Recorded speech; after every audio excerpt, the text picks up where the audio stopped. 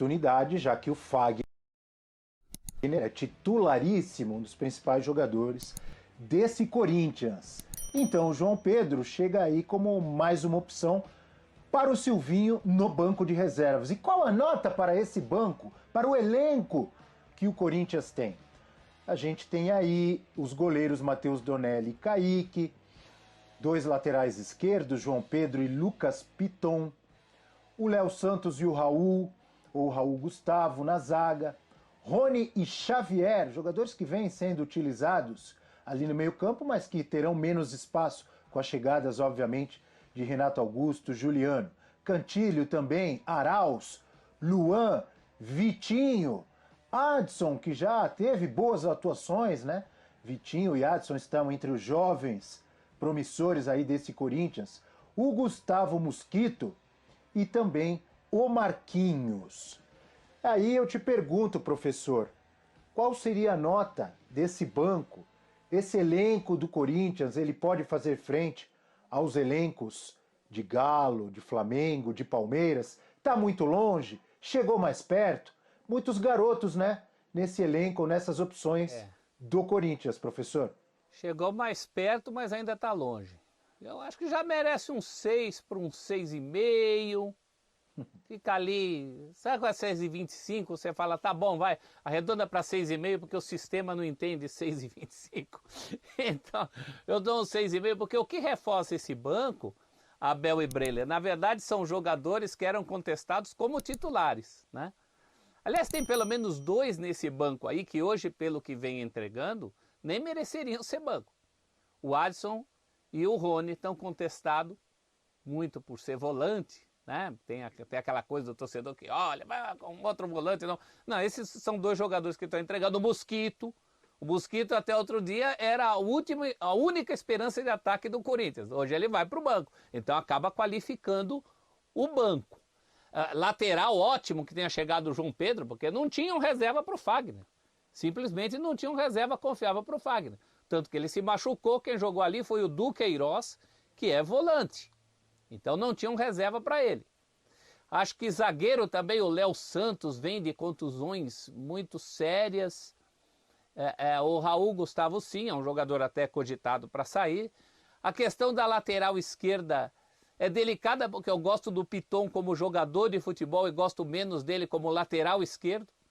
Então tem essa questão. O Fábio Santos é um outro jogador que precisa muito, até pela idade, pelo estágio da vida, ele vai precisar muito de um reserva. Mas quando joga o Piton, o Corinthians fica muito exposto. Então essa é uma questão tática que o Silvinho precisa encarar. Eu acho que o banco até, em termos de nomes, melhorou.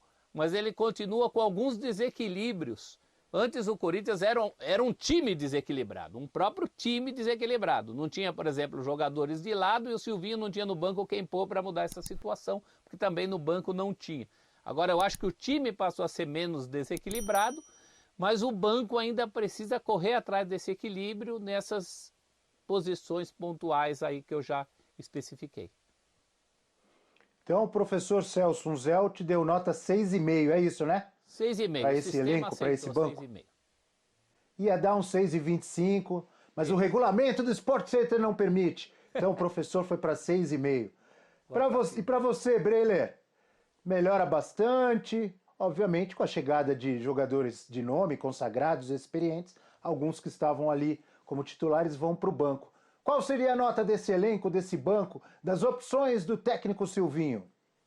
Eu vou cravar uma nota 7, Abel, e vou justificar aqui, ainda está distante dos elencos nota 9, 9,5 do futebol brasileiro, Flamengo, Atlético, Palmeiras, mas essa nota sobe consideravelmente se a gente considerar o que ganha como time titular. O time titular se aproxima mais dos times mais badalados, os times que têm mais poder de investimento no futebol brasileiro. Mas como elenco, por mais que eu concorde com o Celso que ganha opções interessantes, como o Adson, como o Rony, o próprio Gustavo, que a gente não sabe ainda se vai ser mantido como titular, ainda assim tem carências consideráveis. E o que pode salvar nesse caso é o fato do time começar a jogar melhor com os reforços, e esses reforços têm potencial, têm bola para não só subir a produção do time, mas para puxar quem está em volta. Então, se a gente imagina num desenho de time funcionando, com qualidade, com companhia, eu consigo visualizar até o Luan com possibilidade de jogar melhor, o Cantilho. Então, dá para, num time mais confiável.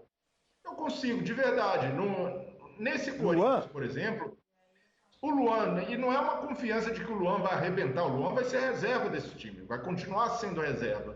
Mas ele pode ter, eventualmente, uma companhia do William, a companhia do Renato Augusto. Você jogar com esses jogadores é muito mais fácil, você tem diálogo ali. Muitas vezes para o Luan, para ser justo, tem muita coisa nessa fase Luan no Corinthians que não funcionam por responsabilidade dele. Mas tem outras também que é por conta do time, de um time que nunca funcionou bem desde que o Luan chegou ao time. Quando começa a funcionar, é num modelo que não favorece o estilo de jogo dele. Então, acredito que com mais jogadores qualificados, esses caras que não estão desempenhando bem possam subir de produção até pela concorrência interna. Então, isso faz bem ao Corinthians. E você imaginar que num cenário também de time mais confiável, de um time que joga melhor, o ambiente muda, a pressão fica menor sobre eles, eu acredito que isso possa criar uma atmosfera positiva para fazer com que outros jogadores sigam essa esteira. Né? Isso se tudo der certo no papel. Diga, professor, porque eu tava... É curioso essa colocação do Breiler, porque eu estava pensando exatamente o contrário no meu pensamento. Pô, chegaram esses caras todos, agora é que o Luan não vai jogar mesmo. Porque ele já estava ficando no banco antes, entrando pouco. Então, na minha cabeça, agora é que ele não vai jogar. O Breiler trouxe um outro pensamento, um outro raciocínio. Pode ser. Com a chegada desses caras, o time melhora, sobe de rendimento, o futebol melhora e, de repente, o Luan, quando entrar, ele pode ter melhores companhias e jogar mais. Pode. Sim. É um outro raciocínio. Eu não penso como o Breiler, mas eu entendo o que o Breiler está dizendo. Vamos ver. O que você acha, professor? Eu acho que mais uma vez a gente volta no enigma da esfinge. Só depende do Luan. Tá mais uma vez no pé do Luan. E agora, justamente abastecido por um time melhor. Tem um outro probleminha aí, que o time melhorou com os jogadores justamente nas funções dele. Então, para ele ter uma brecha vai ser difícil. Eu só queria fazer uma diferença aqui, que eu avaliei só o banco, ó. Banco 6,5. O Breiler, me parece, avaliou o contexto com o elenco. Aí se colocar o elenco, eu tô com ele. Aí eu subo para 7.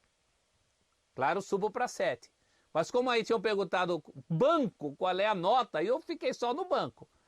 Mas o elenco, 7 em perspectiva. 7 sem jogar. Se os caras jogarem a bola que se espera deles, daqui a pouco sobe, né? Mas é isso, acho que o banco mais para 6,5, 7, e o Luan é aquela questão que a gente conhece, ele precisa se imbuir do espírito da coisa. Eu não sei onde é que vira essa chavinha do Luan, talvez nem ele saiba, porque senão ele, claro, ele tem todo o interesse de virá-la. Eu acho que esse time pode contaminá-lo positivamente, mas tem essa questão, que as funções que ele exerce em campo são justamente funções que foram abastecidas pelos reforços peso pesado. E depende dele também, Celso, de entender o momento, que o momento dele é de retomada, de recuperação, de saber que esses reforços chegam com status de titulares e que ele vai precisar remar um pouco mais, para ter espaço, para ter mais minutos, mas que quando tiver esses minutos, ao mesmo tempo ele vai ter boas companhias. O jogo dele, eu imaginando o cara que carecia de gente para jogar junto, de gente para dialogar, ele passa a ter. Então, nesse aspecto, é uma atmosfera positiva, de não se abater com a chegada de reforços. Pelo contrário, de pensar, opa, com esses caras aqui, se bobear, eu posso até encontrar um espacinho. O Silvinho já deixou claro que enxerga o Luan como um concorrente do jogo, para jogar ali naquela função mais central, de fazer o primeiro combate.